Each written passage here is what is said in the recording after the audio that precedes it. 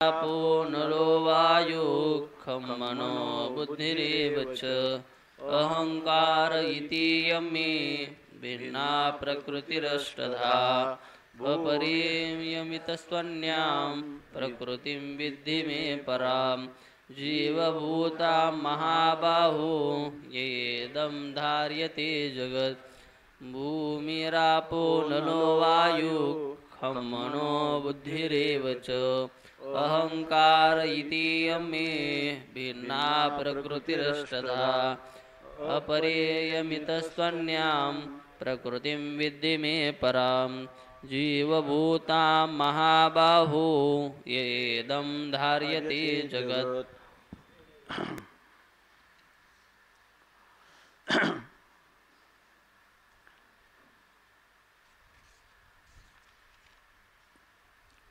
ज्ञान विज्ञान योग नामक 7वा अध्याय प्रारंभ होत आहे।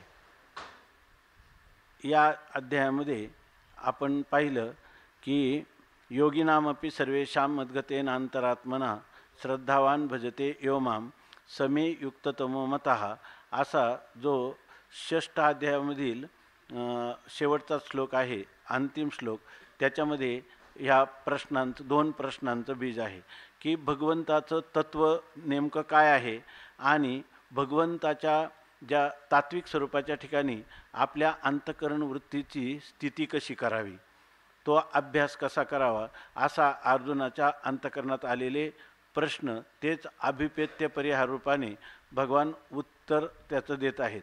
तर त्या उत्तरामध्ये भगवंतांनी सांगितलं की ज्यांचा आश्रय आणि विषय मी झालेला आहे, परमात्मा झालेला आहे, अशा पुरुषाला जेणेकरून तो समग्र माझ्या स्वरूपाला जाणेल, अशा प्रकारचं मी तुला कथन करत आहे, ते तू शांत चित्ताने एकाग्र मनाने ऐक असं सांगितलं।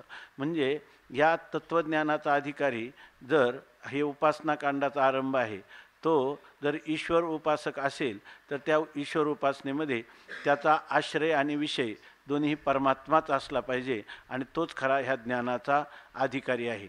आणि त्या अधिकारी पुरुषाला भगवान ज्ञान सांगताना केवळ असणारं स्वरूपभूत ज्ञानाबद्दल काहीच बोलता येत नाही म्हणून, आणि ते त्या ज्ञानाशिवाय तर संसारबंधाची निवृत्ती होत नाही, म्हणून त्या संसारबंधाच्या निवृत्तीसाठी त्याच्यावर अज्ञान आणि अज्ञान कार्य म्हणजे कारणरूप उपाधी आणि कार्यरूपा उपाधी मानल्याशिवाय त्या आत्मस्वरूपाचा अध्यारोप अपवादाच्या भाषेत त्या ठिकाणी निष्प्रपंच असणारं जे तत्व, त्या तत्वाला अवशिष्ट ठेवून आत्मत्वाने कथन करण्यासाठी दुसरा कोणताही उपाय नाही।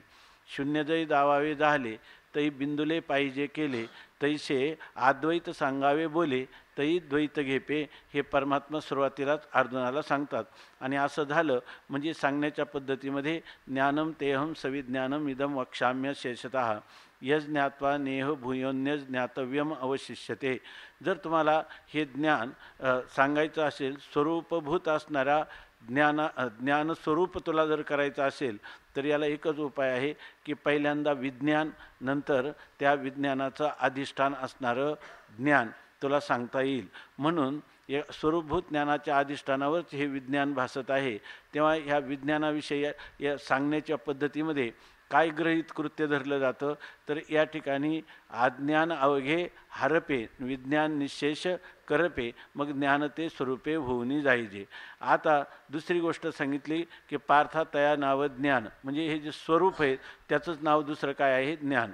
आणि काय पार्था तया नाव ज्ञान, अयेर प्रपंच हे विज्ञान, आणि तेच सत्यत्व बुद्धी हे अज्ञान, हेही जाणं, अशा प्रकारे सत्यत्व बुद्धीला अज्ञान म्हणतात आणि ह्या प्रपंचाला विज्ञान म्हणतात आणि स्वरूपभूत शांतीला या ठिकाणी ज्ञान असं म्हणतात, असं सांगितलं। नंतर भगवान सांगतात हे याचा अधिकारी जो आहे तोही अत्यंत दुर्मिळ आहे।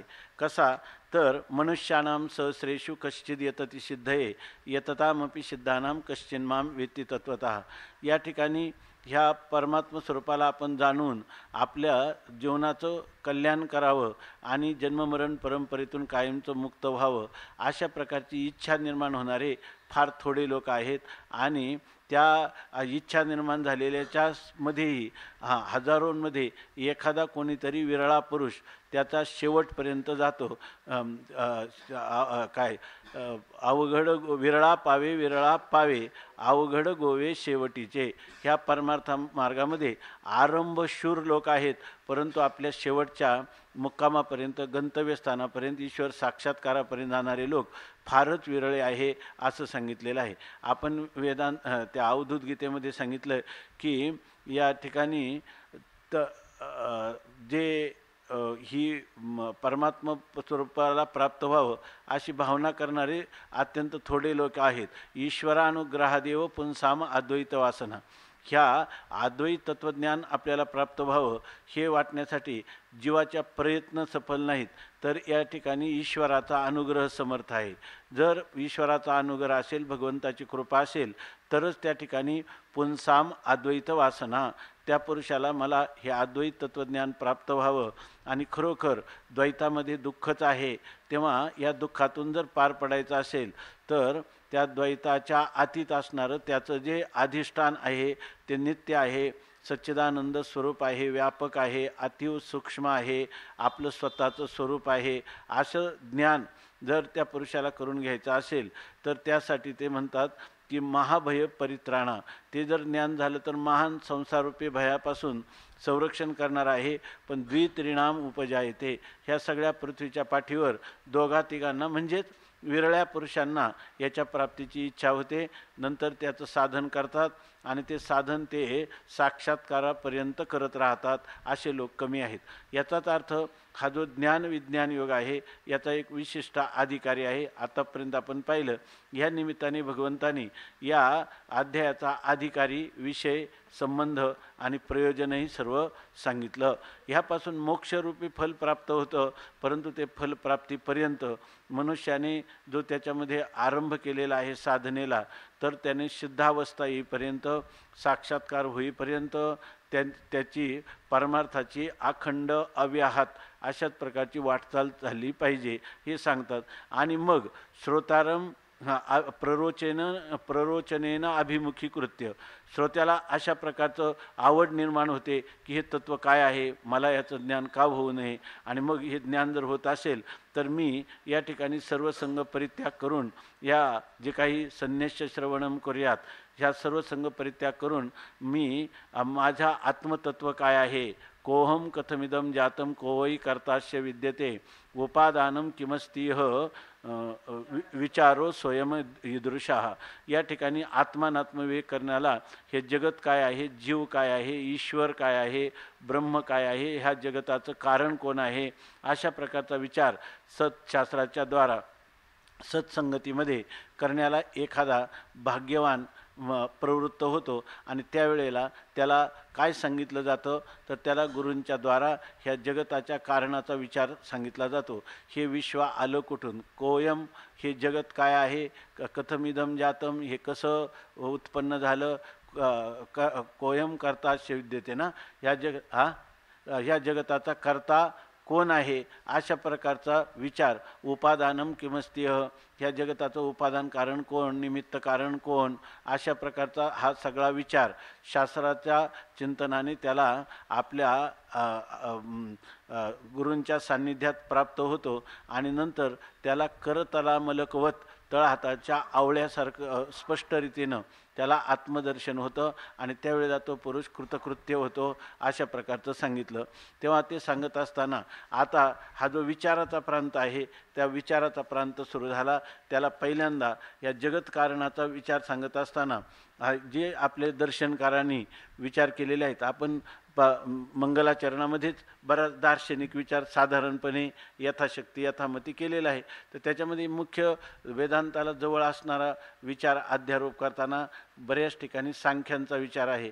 म्हणून या ठिकाणी सांख्य तत्त्वज्ञान जे आहे त्या सांख्य तत्त्वज्ञानामध्येच काही परिष्कार करून हे गीता दर्शन किंवा भगवान परमात्मा आपल्याला वास्तव सत्याचा परिचय करून देण्यासाठी प्रवृत्त झालेले आहेत. त्याच्यामध्ये भगवान परमात्मा सांगतात की हे जे संपूर्ण जगत आपल्याला दिसतं कार्यरूपाने, तर हे कोणापासून उत्पन्न झालेलं आहे हे सांगत असताना यामध्ये आपल्याला जडवाद न सांगता या ठिकाणी चिद्वाद सांगितला किंवा ईश्वरवादाची स्थिती केली. पहिल्यांदा सांगितलं की हे संपूर्ण जगत जे आहे ना हे प्रकृतीपासून उत्पन्न झालेलं आहे, परंतु कोणाला पुढे जाऊन वाटेल की सांख्यासारखं प्रकृतेर महान तत्व अहंकारा तस्मात गणश्च षोडशका तस्मादपि षोडशकात पंचभ्य पंचभूतानी या क्रमाने हे जगत उत्पन्न झालं. हे गोष्ट जरी मानली असली तरी या ठिकाणी स्वतंत्रपणे जड असणार. जड हे कधीही कोणाला कारण होत नाही, जड जडाला अधिष्ठान होत नाही. हा वेदांताचा सिद्धांत असल्यामुळं या ठिकाणी केवळ जड प्रकृतीचं कारणत्व या ठिकाणी वेदांत दर्शनामध्ये मानलेलं नाही. त्या जड प्रकृती जरी असली तरी त्या जड प्रकृतीच्या अधिष्ठान जे ब्रह्म, त्या ब्रह्माला त्या शुद्ध सत्वात्मक असणाऱ्या परमात्म्याच्या प्रकृतीमध्ये तो परमात्मा प्रतिबिंबित झालेला आहे. म्हणजे माया किंवा प्रकृती अधिष्ठान चैतन्य आणि त्या चैतन्याचं पडलेलं प्रकृतीमध्ये म्हणजे जी मलिन सत्वात्मक उपाधी ती जीवाची आहे आणि विशुद्ध सत्वात्मक उपाधी आहे ती परमात्म्याची किंवा ईश्वराची उपाधी आहे. अशाच प्रकारचं चिंतन या ठिकाणी सांगण्याचा भगवंताचा मनोदय दिसतो. यामध्ये पहिल्यांदा जगतकारणाचा विचार करायला लागले, नंतर जगतकारणाचा विचार करताना प्रकृतीचा विचार केला, पण स्वतंत्र प्रकृती ह्या विश्वाची उत्पत्ती करते हे वेदांताला मान्य नाही किंवा अपौरुषेय वेदाचा तो अभिप्राय नाही. म्हणून या ठिकाणी ईश्वरवादाची स्थापना केली. ईश्वरवाद आणि प्रकृती आणि ईश्वर ही दोन तत्व सांगितली किंवा जीव हे एक तत्व सांगितलं, परंतु हे जीवत्व ईश्वरत्व किंवा प्रकृती सांगण्यामध्ये शास्त्राचं तात्पर्य नाही. त्यामधून त्यांना ह्या जीव आणि ईश्वर भाव प्राप्त होण्यासाठी ज्या अधिष्ठानावर जीव आणि ईश्वर भासतात त्या अधिष्ठानाचा आत्मत्वाने ज्ञान करून देणं हे श्रुतीचा मनोदय आहे. आणि म्हणून त्याला अनुसरूनच या ठिकाणी ह्या 7व्या अध्यायामध्ये चिंतनाला आरंभ केला. आणि ते सांगत असताना त्यांनी सांगितलं की पहिल्यांदा या ठिकाणी भगवान सांगतात की भूमिरापो नलो वायु खम मनो बुद्धिरेवच अहंकार इति यम्मे भिन्ना प्रकृतिरष्टधा अपरेयमितस्त्वन्याम प्रकृतिम विद्धि मे पराम जीवभूताम महाबाहो येदम धार्यते जगत. तर या ठिकाणी पहिल्यांदा सांगतात की भूमी म्हणजे पृथ्वी, आपाहा म्हणजे जल, आनलाहा म्हणजे अग्नी, वायुः म्हणजे वायू आणि खम म्हणजे आकाश, ही पंचमहाभूतं या ठिकाणी सांगितली. परंतु भाष्यकार असं सांगतात की ही स्थूल रूपाला प्राप्त झालेली भूतं ही कार्यरूप हे घ्यायचे नाही, कारण विचार कशाचा चालला आहे, कारणाचा विचार चाललेला आहे. म्हणून या ठिकाणी पंचतन्मात्रापासून पंचमहाभूतं होतात, म्हणजे पंचमहाभूताचं सूक्ष्म स्वरूप त्यालाच पंचतन्मात्रा म्हणतात. म्हणून या ठिकाणी भूमी शब्दाने पृथ्वी असा अर्थ किंवा वायू शब्दाने ह्या पंचमहाभूतातला पंचीकृत झाल्यानंतर पंचीकरण झाल्यानंतर होणारे जे स्वरूप आहे भूतांचं ते न घेता त्यांचा अगोदर कारण रूपात असणारं पंचतन्मात्र जे स्वरूप आहे, कोणाला काय वाटलं तर लगेच बोला, विचारा, सांगा, कारण हा विचार आहे ना, हा विचार काय पूर्णपणे त्याची अभिव्यक्ती केली जाईल किंवा निस्संदेहता होईल असं नाही. कालच सांगितलं की याच्यामध्ये ज्ञान आपल्याला कोणते शंका तरी काय येतात एवढं जरी झालं तरी पुष्कळ झालं, शंकांचं निवारण तर नंतर, परंतु किमान हा विषय काय असावा याविषयी आपल्याला विचार झाला पाहिजे. तर त्यासाठी भाष्यकारांनी सांगितलं इथं कार्यरूप प्रपंच म्हणजे स्थूल प्रपंच सांगायचा अभिप्राय नाही, कारणाचा विचार चाललेला आहे. म्हणून पंचमहाभूताचं जे सूक्ष्म स्वरूप पंचतन्मात्रा हे घ्यावं. या ठिकाणी जेव्हा आपण पृथ्वी म्हणतो तेव्हा गंध तन्मात्रा घ्यावी, जल म्हणतो तेव्हा रस तन्मात्रा घ्यावी, अग्नी म्हणतो तेव्हा रूप तन्मात्रा, बरोबर ना, रूप तन्मात्रा घ्यावी. आणि ज्यावेळेला वायू म्हणतो तेव्हा स्पर्श तन्मात्रा घ्यावी, आकाश म्हणतो तेव्हा शब्द तन्मात्रा घ्यावा. तेव्हा याचा अर्थ घेतला या पंचमहाभूताचं म्हणजे सूक्ष्म स्वरूप जे पंचतन्मात्रा ते ह्या पृथ्वी आपण अनलाह वायू खम असं सांगितलं.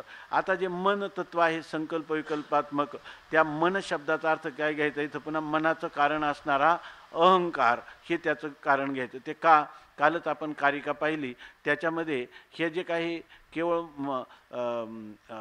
काय चाललं आपलं की या ठिकाणी मन, तर मनाचं कारण कोण आहे, तर मनाचं कारण कोण आहे आपण काल पाहिलं सात्विक अहंकार, प्रकृती तत्वापासून महत्त्व, महत्त्वापासून अहंकार, तो अहंकार 3 प्रकारचा, तो सात्विक राजस आणि तामस अहंकार, आणि त्या सात्विक अहंकारापासून राजस अहंकाराच्या साह्याने या ठिकाणी पंच ज्ञानेंद्रिय, पंचकर्मेंद्रिय आणि उभयेंद्रियात्मक असणारं मन हे उत्पन्न होतं. म्हणजे याचा अर्थ मनाचं कारण कोण घ्यायचं, अहंकार, त्याचं ते घ्यायचं झालं तर सात्विक अहंकार असा त्याचा अर्थ घ्यावा. आता बुद्धी शब्द जे, तर बुद्धी शब्दाने काय घ्यायचं, तर बुद्धी शब्दाचा सरळ अर्थ आहे प्रकृतेर महान, महत्त्वाचं दुसरं नाव सांख्यदर्शनामध्ये बुद्धितत्व आहे. म्हणजे या ठिकाणी बुद्धी असं जेव्हा आपण म्हणतो तेव्हा बुद्धीने काय घ्यायचं, अहंकाराचंही कारण असणारं कोण आहे, महत्त्व आहे. बुद्धितत्वाने या ठिकाणी काय घ्यायचं, महत्त्व असं घ्यायचं.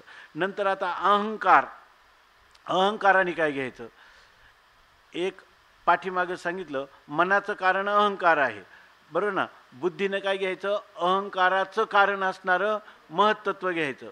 पण अहंकार शब्दाने काय घ्यायचं, तर अहंकार शब्दाने आपल्या वासनेनं किंवा वासना संस्काराने युक्त असणारं जे अव्यक्त, मूळ प्रकृती ही अविकृती ही असं ज्याच्यामध्ये सांगितलेलं आहे, तर त्या ठिकाणी ते का अव्यक्त असं घ्यायचं.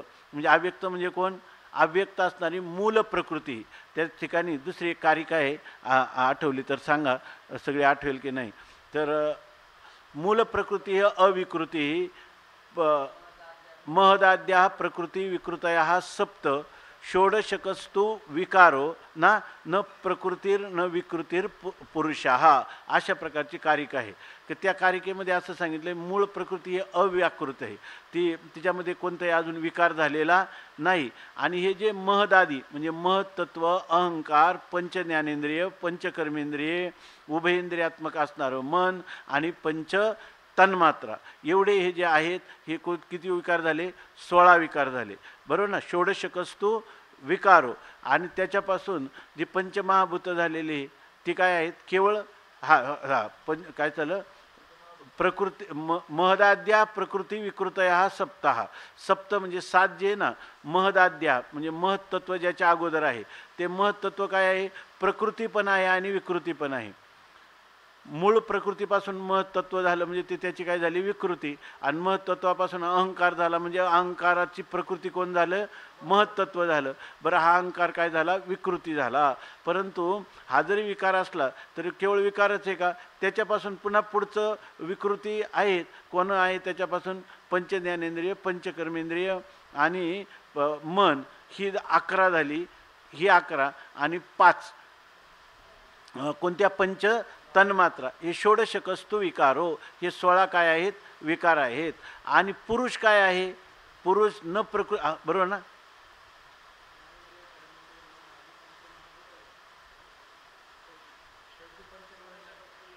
हा त्या ठिकाणी पंचमहाभूत घ्यायची, हे 16च्या 16 काय आहेत, विकारच आहे. पंचतन्मात्राचं पुन्हा पंचमहाभूत, तर हे पंचमहाभूत हे 16 काय आहेत, विकारच आहेत. आता पुरुषाचं स्वरूप ना, पुरुषाचं स्वरूप काय आहे, न प्रकृती न विकृती पुरुषा, तो कोणाची प्रकृती पण नाही आणि विकृतीही नाही. यासाठी ते सुद्धा म्हणतात की असंगो ही अयम पुरुषा, हा पुरुष जो आहे तो असंग आहे, त्या निर्विकार आहे, तो प्रकृती पण नाही कोणाचा आणि विकृती पण नाही.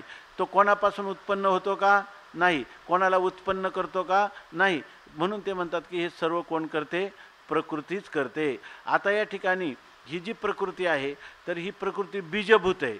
म्हणजे याचा अर्थ सर्व प्राणीमात्रांचे सर्व संस्कार तिच्यामध्ये साठवलेले आहेत. म्हणून संस्काराने किंवा वासना संस्काराने युक्त असणारं जे अव्यक्त असं त्याचं वर्णन केलेलं आहे. आणि त्याला त्या ठिकाणी काय म्हटलेलं आहे, प्रकृती असं म्हटलेलं आहे. आपलं त्याला काय म्हटलेलं आहे, अहंकार असं म्हटलेलं आहे. अहंकार शब्दाचा अर्थ कुठं गेला, प्रकृती असा गेला. प्रकृती म्हणजे जी संपूर्ण जीवांच्या संस्काराने बीजरूप संस्कार किंवा सर्व पुरुषांचे संस्कार बीजरूपाने ज्या ठिकाणी साठवलेले आहेत अशा प्रकारची प्रकृती, असा त्याचा अर्थ केला. आणि मग म्हणतात ही प्रकृती आहे. आणि ही कशी आहेत? अहंकार इति यम अशा प्रकारची ही मे माझी अष्टदाह प्रकृती, भिन्ना प्रकृती, 8 प्रकाराने भेदाला प्राप्त होणारी अशी ही प्रकृती कोणाची आहे? मे माझी प्रकृती आहे. आता याच्यातून ही सांख्याने सांगितलेल्या जे काही प्रकृतीचं स्वरूप आहे त्याच्यापेक्षा या ठिकाणी गीतेमध्ये प्रतिपादन केलेलं प्रकृतीचं स्वरूप वेगळं आहे का? नाही, वेगळं आहे. कोणतं? तिथं ती प्रकृती स्वतंत्र आहे. आणि इथं काय म्हणतात? मे प्रकृती आहे. ही कोणाची प्रकृती आहे? माझी आहे. म्हणजे याचा अर्थ ही प्रकृती काय आहे? माझ्या अधीन आहे, अशा प्रकारची ही प्रकृती आहे असं सांगितलं. आणि ही 8 प्रकारच्या भेदाला प्राप्त झालेली. परंतु ही कशी आहे? इयम अपरा, ही प्रकृतीला कोणती प्रकृती म्हटलेली आहे? अपरा प्रकृती. म्हणजे ही निकृष्ट कार्यरूप असणारी अशा प्रकारची ही प्रकृती आहे. परंतु म्हणतात की तू इयम अपरा, ही अपरा म्हणजे निकृष्ट प्रकृती आहे तू. परंतु हे महाभाव हो, हे महापराक्रमी असणाऱ्या अर्जुना, इतः अन्याम, ही जी प्रकृती आहे अपरा प्रकृती, इयम अपरा, ही अपरा प्रकृती आहे. पण इथं कोणती अजून दुसरी प्रकृती सांगितली की अन्याम, ह्या परा प्रकृतीहून अन्य, आपल्या अपरा प्रकृतीहून अन्य असणारी दुसरी आमची परा प्रकृती आहे. आणि ती कशी आहे?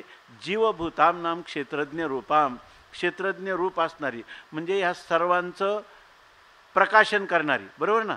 ह्या सर्वांचं प्रकाशन करणारी किंवा जीव प्राणधारणे ह्या सर्वांना सत्ता आणि स्फुरण देणारी अशी दुसरी प्रकृती आहे. ती प्रकृती पराम प्रकृती विद्धी, त्या प्रकृतीला परा प्रकृती असं तू म्हण. की यया इदम जगत धार्यते, की ज्या परा प्रकृतीच्या द्वारा, जी श्रेष्ठ अशा प्रकारची माझी परा प्रकृती आहे तिच्याद्वारा हे संपूर्ण जगत धारण केलं जातं. म्हणजे ह्या परा प्रकृती स्वतंत्ररित्या जगत धारण करते का या जगत धार्यते, ह्या परा प्रकृतीच्या द्वारा हे जगत धारण केलं जातं. म्हणजे याचा अर्थ, आणि ही प्रकृती कोणाची? अपरा प्रकृती कोणाची? माझी. आणि परा प्रकृती कोणाची? माझीच ही आहे. म्हणजे या ठिकाणी काय शुद्ध सत्वात्मक असणारी जी प्रकृती तिला मी उपाधी करतो, आहे की नाही? आणि जीवरूपाने दुसरी कोणती? मलिन सत्वात्मक अविद्या, ही उपाधी त्या ठिकाणी मी धारण करतो आणि तिच्याद्वारा ह्या संपूर्ण जगताचा विस्तार होतो. म्हणजे माझ्या प्रकृती किती प्रकारची आहेत? 2 प्रकारची. का दोन्ही प्रकारच्या प्रकृती ह्या 2 उपाधी आहेत माझ्या, ह्या 2 उपाधी. परंतु ही प्रकृती मात्र माझ्या स्वाधीन आहे.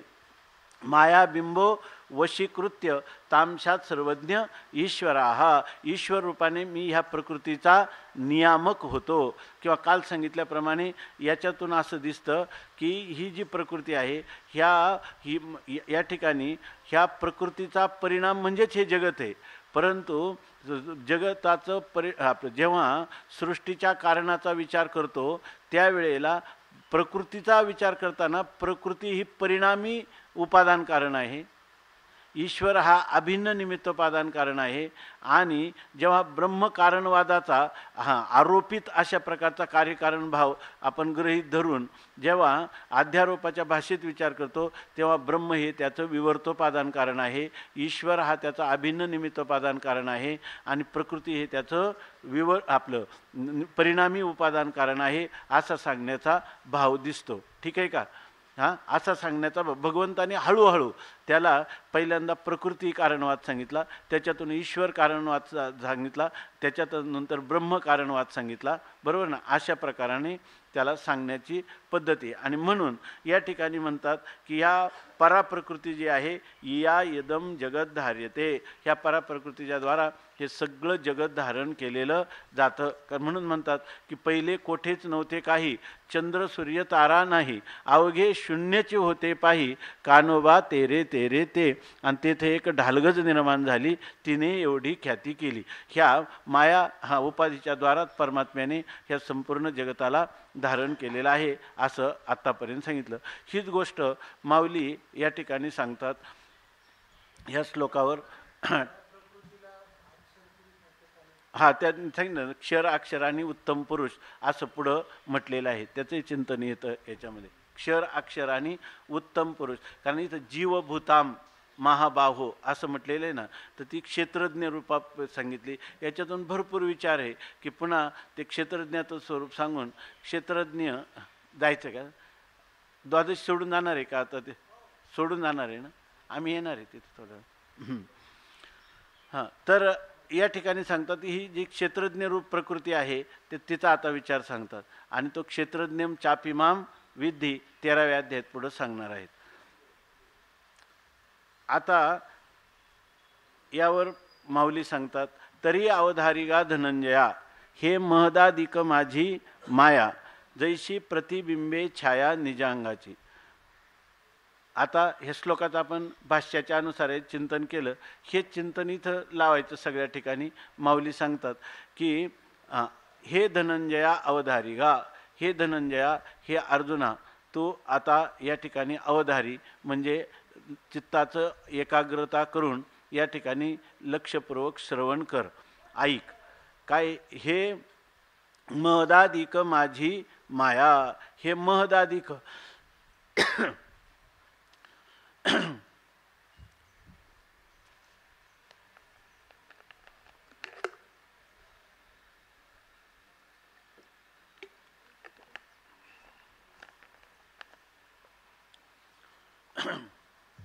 महदादिक म्हणजे महत्त्व आहे आधी ज्याच्या, आणि पृथ्वी आहे शेवटी ज्याच्या. म्हणजे महत्त्वापासून तर पृथ्वीपर्यंत ही सगळी काय आहे, माझी माया आहे. म्हणजे माया आहे म्हणजे माझ्या मायेचेच परिणाम. महत्त्वापासून तर पृथ्वीपर्यंत हे सगळे माझ्या मायेचे परिणाम आहेत. भगवान मायेचे परिणाम म्हणत नाही, माझ्या मायेचे परिणाम आहेत असं म्हणतात. हे महदादिक हे माझ्या मायेचे परिणाम आहे.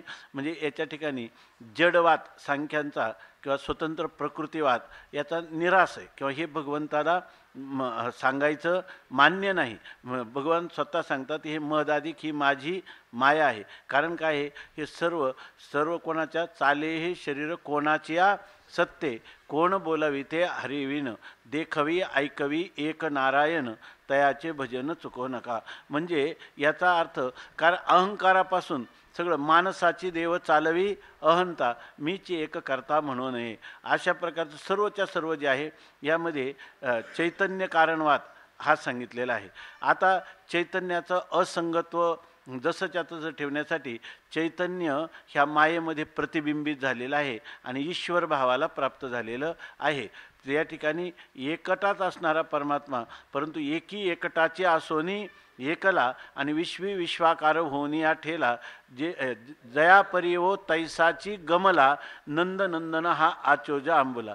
जया परिवो ये यथा का माम प्रपद्यन्ते तांस तथैव भजाम्यहम. या न्यायाने सांख्यांना त्याच्या प्रकृतीचा परिणाम दिसला आहे की नाही, सांख्यांना त्याचा प्रकृतीचा परिणाम वाटला.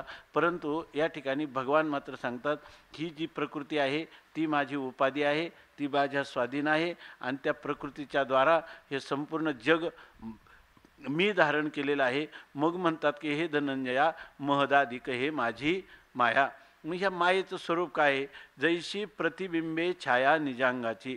ज्याप्रमाणे आपलं निजांग आपल्या स्वतःचं शरीराचं प्रतिबिंब पडतं, तसंच या ठिकाणी आत्मस्वरूपाचं प्रतिबिंब किंवा छाया, त्यालाच काय म्हणतात, माया अशी संज्ञा दिली जाते. बरोबर ना. परमात्म्याचं प्रतिबिंब, ते प्रतिबिंब कुठं पडलेलं आहे, उपाधीमध्ये. उपाधी कोणती आहे, माया. म्हणून जसं आपल्या शरीराचं प्रतिबिंब असतं, आपल्या शरीराची छाया असते, त्याचप्रमाणे महत्त्वापासून पृथ्वीपर्यंत असणाऱ्या परिणामाला प्राप्त झालेली ही सर्व माझी माया आहे. म्हणजे हा सर्व माझ्या मायेचं कार्य आहे किंवा मायेचा विस्तार आहे असं सांगतात.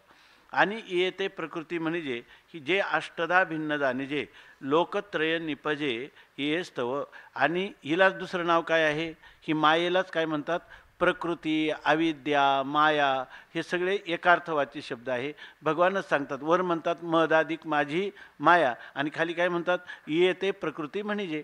ह्या मायेला दुसरं नाव काय आहे, प्रकृती असं म्हणतात. पण ही प्रकृती एकरूप नाही, तरी हे अष्टधा भिन्न जाणीजे, ती प्रकृती 8 प्रकारच्या भेदाला प्राप्त झालेली आहे. हे 8 प्रकारचे भेद कोणते, आत्ताच आपण पाहिलं. पृथ्वी काय भूमिरापो नलो वायू खम मनो बुद्धिरेवच अहंकार इतियम्मे भिन्ना प्रकृतीरष्टधा, अशी 8 प्रकारच्या भेदाला प्राप्त झालेली आहे. हे अष्टधा भिन्न कैशी, ऐसा ध्वनी धरीशी जरी मानसी तरी तेची गा आता परियेशी विवंचना. ते म्हणतात हे अष्टधा भिन्न कैशी. बघा माऊलींनी आता आपण भाष्यामध्ये किती विचार केला, हे पंचतन्मात्रा आणि मग नंतर पंचमहाभूत, किंवा हे जे सांख्यकारिकेचा विचार करून या ठिकाणी सांगितलं की अहंकार म्हटलं की अहंकार शब्दाने काय घ्यावं लागतंय, महत्त्व. आपलं बुद्धी शब्दाने महत्त्व घ्यावं लागतं, आणि अहंकार शब्दाने अहंकाराचं कारण अव्यक्त घ्यावं लागतं, असं सांगितलं ना. अशा प्रकाराने सांगितलं. हा जो विचार आहे ना, ज्ञानोबारायांनी इथं काहीच सांगितला नाही. हा विचार काय सांगितला नाही. हा विचार काय, जो श्रौत आस्तिक आहे, बरोबर ना, ज्याला दार्शनिक खंडन मंडन करायचं त्यांच्यासाठी हा विचार आहे. हा विचार जर नसला मनात तर त्या ठिकाणी उगीच आणखीन पुढं त्याच्यात अनेक शंकांचं समाधान हे करण्याचं काही दिसत नाही. इथं माऊलीने लगेच सांगितलं या 8 प्रकारच्या भेदाला प्राप्त झालेली प्रकृती, पण त्या प्रकृती माया दोन्ही एकार्थवाची शब्द आहेत, एवढं सांगितलं. आता फक्त म्हणतात की ही अष्टधा भिन्न कशी, ही 8 प्रकारच्या भेदाला कशी प्राप्त झालेली आहे. ऐसा ध्वनी धरीशी जरी मानसी, असा जर तुझ्या मनात ध्वनी म्हणजे तुझ्या अंतःकरणात जर अशी शंका जर निर्माण होत असेल तरी त्याची गा आता परिचयाची विवंचना. तर त्याच्याविषयीची विवंचना म्हणजे विचार काय आहे, तो विचार तो आता ऐक. म्हणजे हे 8 प्रकाराने कशी प्राप्त झाली, तर ते 8 प्रकार म्हणजे कोणते, आप तेज गहन, आप तेज गगन, मही मारुत मन, बुद्धी अहंकार हे भिन्न 8ही भाग. आप म्हणजे जल, तेज अग्नी, गगन आकाश, मही पृथ्वी, मारुत वायू, आणि मन बुद्धी आणि अहंकार हे त्या एकाच प्रकृतीचे. बुद्धी अहंकार हे भिन्न 8ही भाग. हे 8 भाग एकाच असणाऱ्या प्रकृतीचे हे वेगवेगळे 8 भाग मी तुम्हाला सांगतो. आणि हे 8 भाग सांगितल्यानंतर भगवान सांगतात अपरेयमितस्त्वन्याम, हे अपराम इयम, ही सगळी प्रकृती सांगितली 8 भागाला. हिला कोणती प्रकृती म्हणतात, अपरा प्रकृती किंवा निकृष्ट अशी प्रकृती असं तिला म्हणतात. आता जीवभूताम महाबाहो येदम धार्यते जगत, कोणती, मे पराम प्रकृती विद्धी. आता माझी परा प्रकृती कोणती आहे हे मी तुला सांगतो. ती कोणती आहे, तर ती जीवस्वरूप असणारी जी प्रकृती आहे की जिच्यामुळं हे काय, ही जी प्रकृती आहे ती जीवस्वरूप असणारी प्रकृती ही हिच्याहून भिन्न आहे. कोणत्या, अपरा प्रकृतीहून. म्हणजे जिच्यामध्ये चिदाभास जो आहे तो चिदाभासाचं काही ग्रहण झालेलं आहे, अशी जी प्रकृती आहे ती पराप्रकृती आहे. तिला जीवभूत प्राणधारणाभूत असं म्हटलेलं आहे. आणि ह्या प्रकृतीच्या द्वारात ह्या पराप्रकृतीच्या द्वारा काय केले की या इदम जगत धार्यते, ह्या पराप्रकृतीच्या द्वारा मी हे संपूर्ण जगत धारण केलेलं आहे. ती माझी पराप्रकृती कोणती आहे ते तू आता जाण असं सांगतात. पराप्रकृती कोणती आहे, तर या 8 जे साम्यावस्था ते माझी परमप्रकृती पार्था, ते नाम व्यवस्था जीवो ऐशी. आता या ठिकाणी ज्ञानोबारायांनी असं सांगितलं की या 8 साम्यावस्था, हे जे 8 आहेत ना वर सांगितलेले भेद, यांची साम्यावस्था तिलाच काय म्हणतात, माझी परमप्रकृती पार्था, ती माझी श्रेष्ठ प्रकृती असं म्हणतात.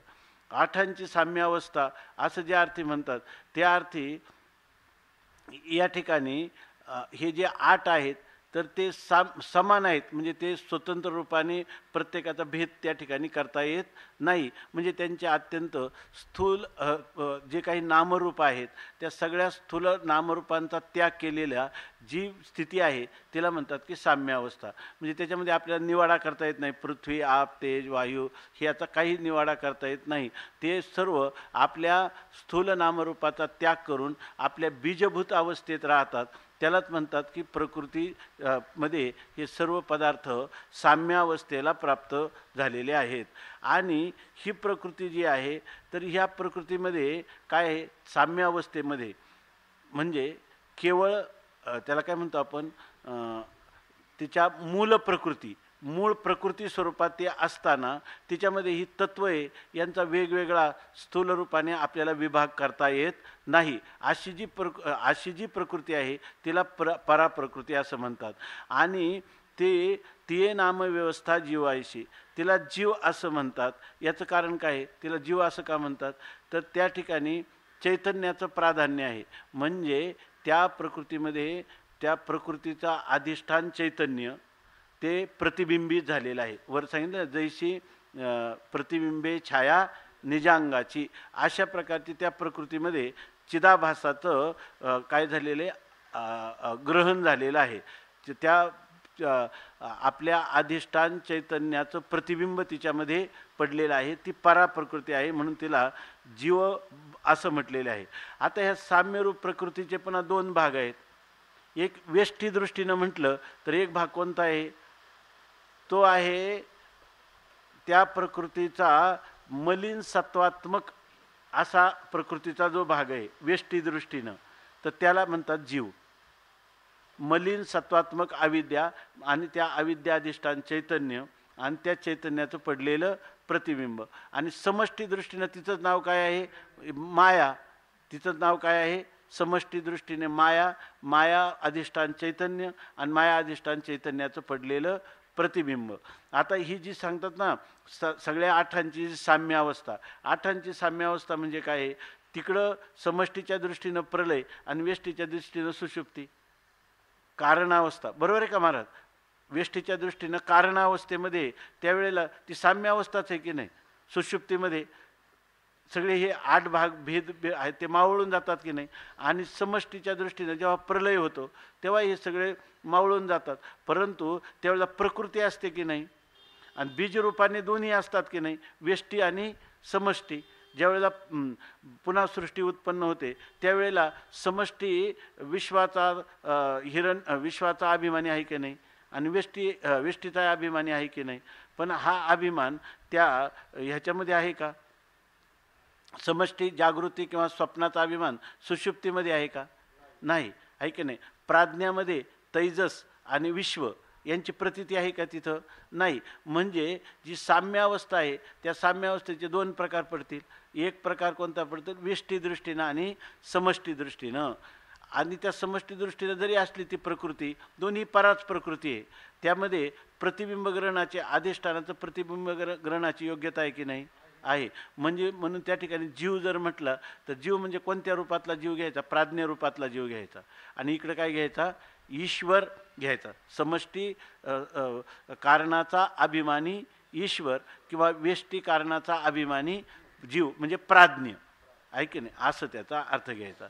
आणि त्यालाच काय म्हणतात, या आठांची जे साम्यावस्था ती माझी परम प्रकृती पार्था आणि ते नाम व्यवस्था जीव ऐशी, त्याला जीव असं म्हणतात. आता जीव असं का म्हणतात, दोन्हीकडे जीवच म्हणायचं ना त्याला, ते कोणत्या कारणाने, तर त्याचं कारण सांगतात. जे जडा ते जीववी, चेतने ते चेतवी आणि मना करवी मानवी शोक मोह. आता तिथे जर आपण केवळ शुद्ध सत्वात्मक उपाधीनं युक्त असणारं चैतन्य असं जर घेतला अर्थ तर ह्या ओव्या लागणार नाही खाली.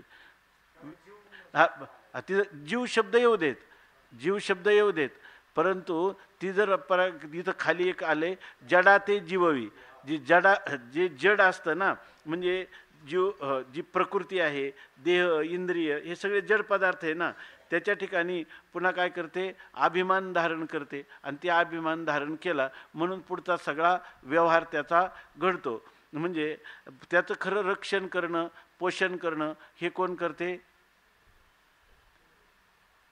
ते परा प्रकृती जी आहे तीच करते. कारण परा प्रकृतीच्या ठिकाणी काय आहे?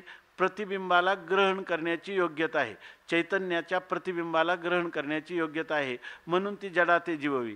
आणि पुढे सांगतात चेतने ते चेतवी, आणि ती काय करते? चेतनालाही चेतवी. याचा अर्थ काय आहे की या ठिकाणी जे मूलभूत असणारं निर्विशेष चैतन्य त्याला हालचालीला आणते, म्हणजे त्याला जीवाला आणते, म्हणजे त्याला काय करते? त्याचं जे मूलभूत त्याला सामान्य भावाला, सामान्य चैतन्याला विशेष भावाला आणते, म्हणून त्याला म्हणतात की चेतने ते चेतवी. म्हणजे ही जर पराप्रकृती नसली तर सामान्य चैतन्य विशेष भावाला येणार कसं? म्हणून खरं या प्रकृतीनंच काय केले? त्या चैतन्यालाही चेतवलेलं आहे, म्हणजे त्याला जगवलेलं आहे किंवा त्याला जागृत ठेवलेलं आहे. आणि पुढे काय म्हटले की मना करवी मानवी शोकमोह. ही सगळी जी सृष्टी आहे ह्या सृष्टी ईश्वर सृष्टी आहे, केवळ ईश्वर सृष्टी आहे. ईश्वराने केलेल्या सृष्टीमध्ये शोकमोह निर्माण होतात काय? शोकमोहाला कारण ईश्वर सृष्टी का जीवसृष्टी आहे? जीवसृष्टी. म्हणून त्या ठिकाणी मनुष्याच्या मनामध्ये जे शोकमोह होतात ते व्यष्टी दृष्टीला आहे का समष्टीला आहे शोकमोह? म्हणून त्या ठिकाणी ही जी पराप्रकृती, ह्या पराप्रकृतीमध्ये दोन विभाग करावे लागतात का नाही? व्यष्टी आणि समष्टी. कारण शोकमोह कोणाला होतील? जीवालाच होतील. आणि जीवाला सुद्धा हे मानलेले शोकमोह आहेत. पण मानलेले शोकमोहाचं पोषण, रक्षण, बरोबर ना, किंवा त्याची मान्यता कोणामुळे झालेली आहे?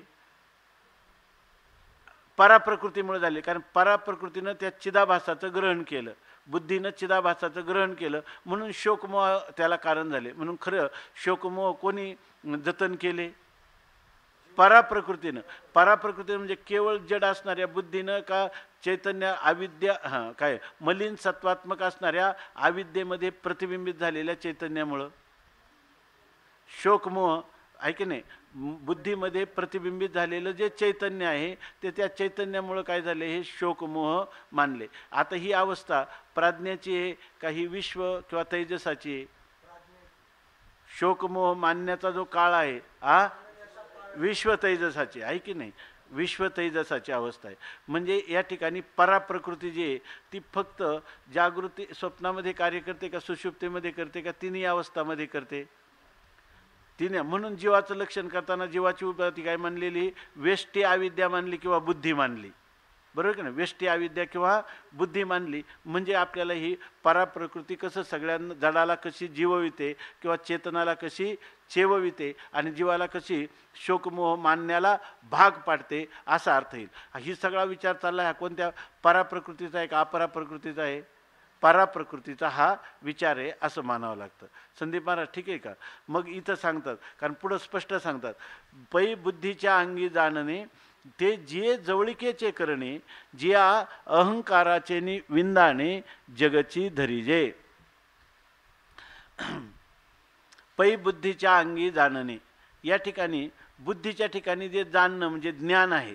कोणत्याही बुद्धीला काय ज्ञान होतं म्हणजे कोणत्याही प्रमाणापासून बुद्धीला होणारी जी ज्ञान आहे ते जिये जवळिकेचे करणे, जिच्या केवळ जवळीक म्हणजे जिचा सन्निकर्ष किंवा सान्निध्य झालं तरच त्या ठिकाणी बुद्धीला ज्ञान होतं. कोणाचं सान्निध्य झालं? पराप्रकृतीचं. पराप्रकृतीचं म्हणजे काय? त्या बुद्धीमध्ये अधिष्ठान चैतन्याचं प्रतिबिंब पडणं, हेच तिचं काय झालं? त्या बुद्धीला त्या चैतन्याचं सान्निध्य झालं, बरोबर ना? जया जवळिकेचे करणे, की जिच्या केवळ सान्निध्य, केवळ असंग निर्विकार सामान्य चैतन्य, ते काही जाणण्याचा व्यवहार त्या ठिकाणी नाही. ते ज्ञानरूप आहे पण ज्ञानाचा व्यवहार त्याच्या ठिकाणी नाही. त्या ज्ञानाचा व्यवहार जेव्हा होतो तेव्हा कोण कारण असते? ही प्रकृती. कोणती प्रकृती? पराप्रकृती. म्हणजे या पराप्रकृतीनं अपराप्रकृतीमध्ये सांगत असताना अपराप्रकृतीमध्ये चिदाभासाचं चिंतन करण्याची आवश्यकता नाही आणि त्यावेळी ती स्थूल भावाला आहे आणि त्यावेळेला स्थूल भावाला ती अष्टदा भेदाला प्राप्त झालेली ही साम्यावस्था आहे. परंतु व्यष्टी अधिष्ठान चैतन्य काय व्यष्टी अज्ञान अधिष्ठान चैतन्याचंही प्रतिबिंब व्यष्टी अज्ञानामध्ये आहे, बरोबर आहे की नाही? आणि बुद्धीमध्ये सुद्धा बुद्धी ही त्याची काय आहे? अधिक सूक्ष्म कार्यरूप आपलं अधिक स्थूल कार्यरूप अवस्था आहे प्राज्ञाची. हा प्राज्ञाची पुढं झालेला म्हणजे हा बुद्धी हा विकारच आहे ना, प्रकृतीचा पहिला विकार बुद्धी आहे, बरोबर का नाही.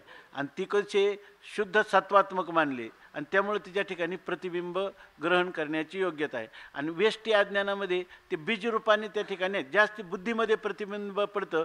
त्या अर्थ बुद्धीचं कारण असणारं जे वेष्टी अज्ञान त्याच्यात प्रतिबिंब आपल्याला मानावंच लागतं, आहे की नाही. म्हणून त्या ठिकाणी ते प्रतिबिंब पडतं असंच मानावं लागतं. म्हणून त्यालाही काय म्हणायचं, वेष्टी अज्ञान उपाधी असो किंवा बुद्धी उपाधी असली तरी त्याला कोणती प्रकृती म्हणायची, पराप्रकृतीचाच हा व्यवहार चाललेला आहे.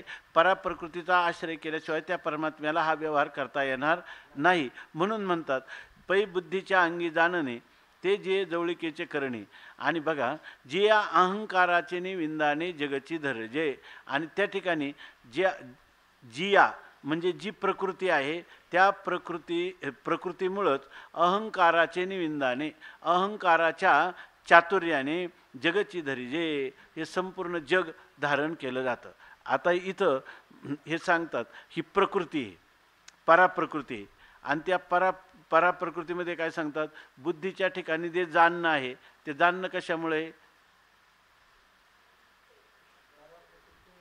पराप्रकृतीनं त्या बरोबर ना, पराप्रकृतीनं आपल्या अधिष्ठान चैतन्याचं प्रतिबिंब ग्रहण केलं म्हणून बुद्धी जाणते, आहे की नाही. नाहीतर केवळ बुद्धी जडबुद्धी पण जाणू शकणार नाही आणि निर्विशेष चैतन्य पण जाणण्याचा व्यवहार करणार नाही. याचा अर्थ त्या दोघांचा संबंध झाला. आणि तो कोणता संबंध झाला, आध्यात्मिक तादात्म्य संबंध झाला.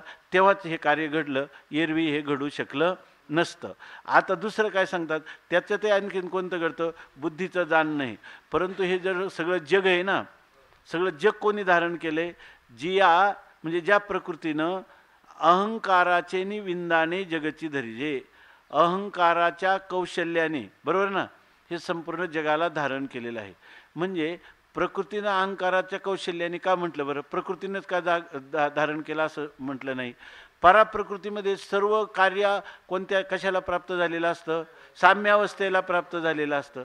मग त्या ठिकाणी जर तुम्हाला ह्या जगाचं धारण करायचं झालं, आता हे जे जगत आहे हे जगतामध्ये पुन्हा काय करावं लागेल, समष्टी आणि वेष्टी सांगावं लागेल ना. दोन प्रकारे वेष्टीच्या दृष्टीनं काय, त्या करवी मानवी शोकमोह, याला वेष्टी अज्ञान म्हणावं लागेल. आणि ज्या वेळेला हे संपूर्ण जग उत्पन्न केलं, कोणतं, पंचमहाभूतापर्यंत गेले आणि सर्वम द्रव्यम पांचभौतिकम, हा सगळा जो जगात विकाराला प्राप्त झालं त्याच्या अगोदर साम्यावस्थेत कोणी धारण केलं होतं, समष्टी असणारी जी प्रकृती. वेष्टी अविद्या नाही त्याची उपाधी मानायची, कोणती मानायची, समष्टी असणारी प्रकृती किंवा समष्टी माया ही त्याची उपाधी आहे. आणि त्या उपाधीनंच काय केलेलं हे सगळं जग धरलेलं आहे. म्हणजे उपाधीमध्ये प्रतिबिंबित झालेल्या चैतन्याने त्याचा अभिमान धारण केलेला आहे, बरोबर आहे की नाही. हा अभिमान तुम्हाला स्थूल आणि सूक्ष्म ह्या कार्यरूप अवस्थेमध्ये केलेला आहे की त्या ठिकाणी केवळ कारणरूप असणाऱ्या जिथं सर्व अव्यक्त भावाला प्राप्त झाले तिथे अभिमान धारण केलेला आहे, तिथं पण अभिमान. म्हणून आपण नेहमी म्हणतो की कारण शरीरात, वेष्टी कारण शरीराच्या अभिमानीला प्राज्ञ म्हणतात, वेष्टी सूक्ष्म शरीराच्या अभिमानीला तेजस म्हणतात आणि वेष्टी स्थूल शरीराच्या अभिमानीला विश्व म्हणतात. तसंच इकडं काय आहे, समष्टी कारण शरीराचा अभिमानी त्याला ईश्वर म्हणतात, समष्टी सूक्ष्माचा अभिमानी त्याला हिरण्यगर्भ म्हणतात आणि समष्टी स्थूलाचा अभिमानी त्याला विराट असं म्हणतात, ऐक नाही असं. पण हे सर्व झाले कोणाचं, तर जिया अहंकाराचे. तिथं काय मानलेले की त्यांनी काय केला, अहंकार समष्टीचा अभिमान धारण केला म्हणून हिरण्यगर्भ ईश्वर किंवा विराट झाला. वेष्टी शरीराचा अभिमान धारण केला म्हणून त्या वेष्टी शरीराचा अभिमान धारण केल्यामुळं विश्व, तेजस आणि प्राज्ञ ही त्याला नाव आले. ही सगळी कला कोणाची, ही सगळी कला अहंकाराची. हे चातुर्य काय आहे, साम्यावस्थेत हे होऊ शकत नाही, बरोबर आहे ना. पण साम्य बीजभूतामध्ये हे बीजभूत असणारी जी व्यष्टी अविद्या किंवा समष्टी माया हिच्यामध्येही सुद्धा काय मानलं पाहिजे, अहंकार मानला पाहिजे, म्हणजे त्याचं तादात्म्य अभिमान मानला पाहिजे.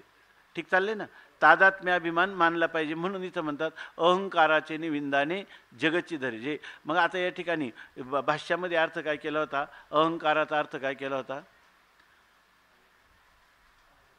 अहंकाराचा अर्थ काय, हां, अहंकाराचा अर्थ काय केला होता, प्रकृती असा केला होता. आणि ती प्रकृती कोणते, सगळे संस्कार जीवांचे ज्याच्यामध्ये साठवलेले आहेत असं बीजरूप असणारं अव्यक्त, असा त्याचा अर्थ केला होता. म्हणजे असा अर्थ केला तर म्हणता येईल की नाही, की तया अहंकाराचे निविंदाने प्रकृती धरीजे. आता तुम्ही म्हणाल की तिथं अहंकार तरी कुठे आहे, अहंकार व्यक्त रूपात आहे का अव्यक्त रूपात आहे, तो पण अव्यक्त मानलाच पाहिजे. कारण तो जर अव्यक्त अहंकार नसता तर एकोहम बहुश्याम प्रजायेय असं त्या ठिकाणी संकल्प झालाच नसता. म्हणून तिथं सुद्धा काय आहे, अहंकार आहे. आणि त्या अहंकाराच्या चातुर्याने हे संपूर्ण जग धारण केलेलं आहे असं सांगतात. म्हणजे व्यष्टी अभिमानी आणि समष्टी अभिमानी याच्यामुळंच ही सगळी ईश्वरसृष्टी आणि जीवसृष्टी निर्माण झालेली आहे. आणि कोणाचं कार्य आहे, ही पराप्रकृतीचं कार्य आहे असं सांगितलं. आणि हे जे पाठीमागं सांगितलेले ही सगळी कोणती प्रकृती आहे, म्हणजे भूमी, रापो, नलो, वायू, खम, मनो, बुद्धी, अहंकार, ही सगळीच्या सगळी कोणती आहे, पराप्रकृती. आणि ही अपराप्रकृती. आणि या पराप्रकृतीचं पहिलं स्फुरण कोणतं आहे, अहम स्फुरण आहे.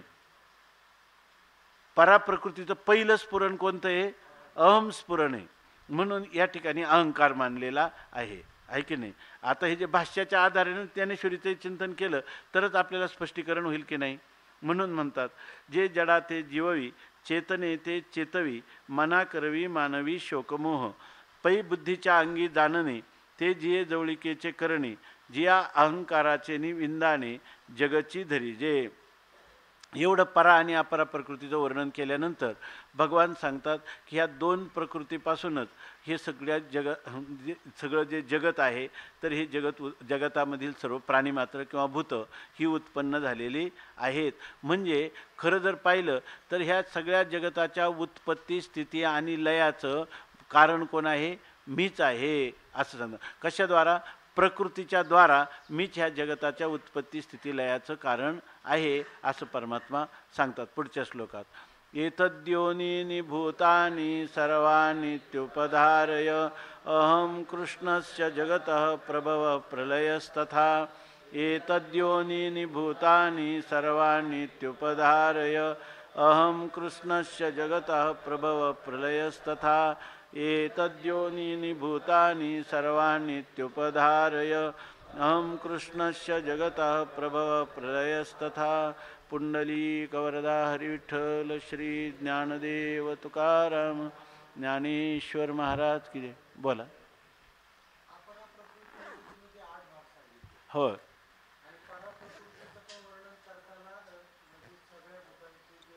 हां, कृष्णा महाराज काय म्हणतात हे पहा.